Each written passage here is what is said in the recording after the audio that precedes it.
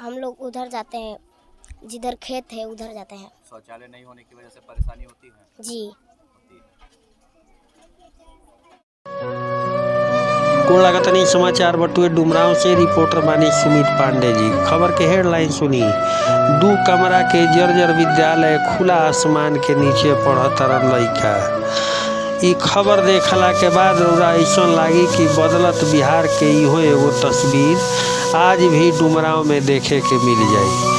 ई देखला के बाद रउरा ई सोचब कि का ई नया बिहार ह या फिर उहे कई पीढ़ी पहिले वाला बिहार ह जहाँ छत के नाम पर आसमान होखे, शौचालय के नाम पे खुला मैदान होखे, पानी के नाम पे नदारद होखे। जी हाँ, आज बात हो रहल बा बक्सर जिला के खुला आसमान के नीचे सैकड़ों के संख्या में बैठल लइका के द्वारा गणित के पहाड़ा के उच्चारण के ध्वनि जब उठेला तो निगाह बरबसी बच्चा की ओर चल जाला। एह तरफ से गुजरे वाला के लोग तक कतई एकर आभास ना होला कि खुला आसमान के नीचे जमीन पे बैठ के छात्र छात्रा 21वीं सदी के विद्यालय में अपन बेहतर भविष्य के संवारे में जुटल बाड़न। शायद सिस्टम भी यही चाहता कि खुला आसमान के नीचे ही पढ़ के कई महान लोग के ज्ञान के प्राप्ति भइल बा, तई जाके बच्चा भी यही व्यवस्था में तप के शायद सोना बन जास। विभाग व्यवस्था के प्रति कतना संजीदा बा कि 2 कमरा में वर्ग 5 तक के पढ़ाई खातिर अनुमति दे देता है, लेकिन ये कबो नहीं खे सोचत कि आखिर बच्चा कहाँ बैठे हैं आ मात्र 4 शिक्षक इतना बच्चा के कैसे पढ़ा पाई है। बक्सर जिला के डुमरांव प्रखंड कार्यालय से महज 2 किलोमीटर दूर महरौरा अवस्थित महरौरा प्राथमिक विद्यालय, जहां बुनियादी सुविधा के अभाव में नन्हा मुन्ना बच्चा प्राचीन कालीन गुरुकुल के तरह खुला आसमान के नीचे पढ़े के मजबूर बाड़न। अब जेकर वर्तमान ही बर्बाद हो रहल बा, वो भविष्य कैसन होई एकर अंदाजा लगावल सहज बटुए।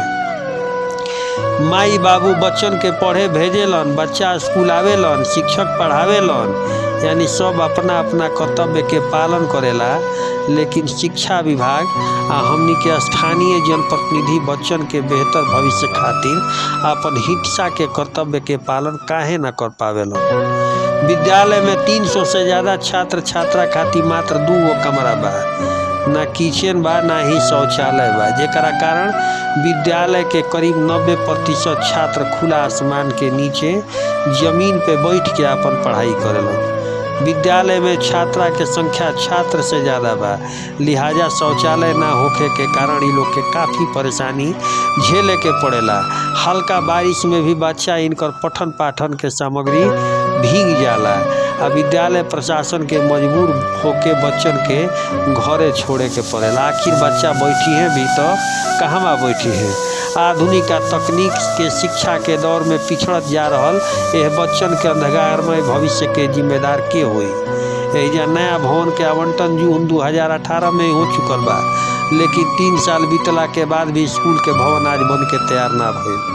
शिक्षक से बात करे पर पता चलल कि शिक्षा विभाग के प्रधान सचिव के पास फाइल अटकल बा, जेकरा वजह से जौन राशि बा उ निर्गत नइखे होत। ओजे स्कूल के भवन खड़ा करे खातिर 9,50,000 लागल रहे, वो भी उधार ही बटुए।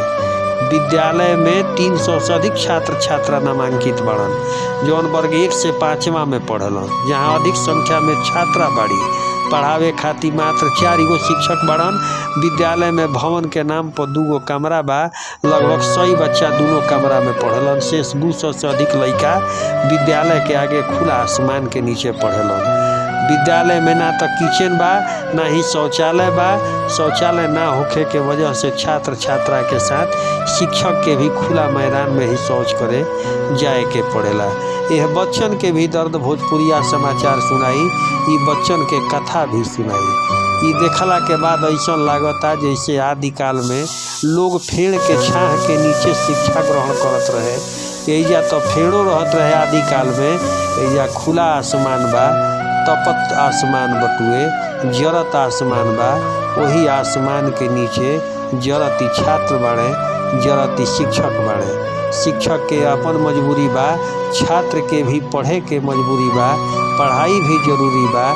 माई बाबू भी का करस बेचारे, लइकन के भेजतारन, एह घाम में तपावतारन आ लइकन के मजबूरी में पढ़ावतारन। शिक्षक तो आपन कथा कही देता रे, हमनी के का करी जा, हमनी के जौन कर्तव्य मिलल बा उ पालन करतानी जा, लेकिन विभाग कहाँ बा।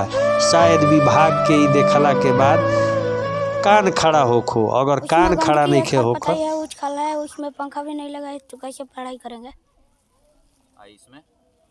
इसमें तो ये टूटा फूटा है इसलिए बारी बैठते हैं। जब बारिश के समय में अगर बारिश होने लगे तो जाते हैं इसी में, फिर बारिश बंद हो जाता है तो आ जाते हैं। और गर्मी के समय में? गर्मी के समय में तो बाहर ही बैठते हैं, बाहर ही, ऐसे धूप में। अगर शौचालय नहीं है तुम लोग के विद्यालय में तो शौचालय के लिए कहाँ जाते हैं? मैदान में, खुले मैदान।